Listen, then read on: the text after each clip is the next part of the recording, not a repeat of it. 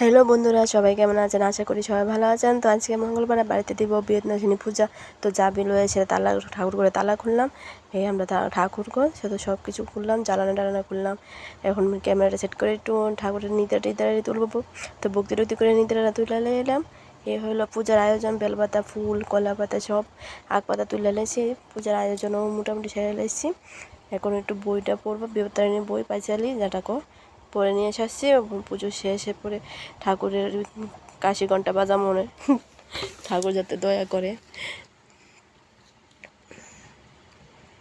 তো আমি করতেছি ক্যামেরাটা, এটা আমরা ঠাকুর ঘর। তো এখন পান পাতা লইয়েছিলাম, মানে নদীর জামু ভাসানোর লেগে তেল সিঁদুর তো নদীর গেছি, গিয়েছে কলা পাতা ভাসাই দিলাম। যে ফেক নদীর জল বাড়ছে তো ফেকে উঠেছে। আর এটা হলো তেল, পুজোর তেলটা ঢাললাম, খুব সুন্দর হয়ে সরছে তেলটা।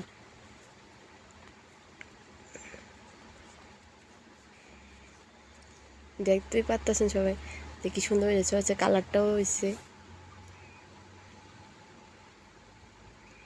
পুজো বলে ভালো হইলে বলে তেলটা চড়ে।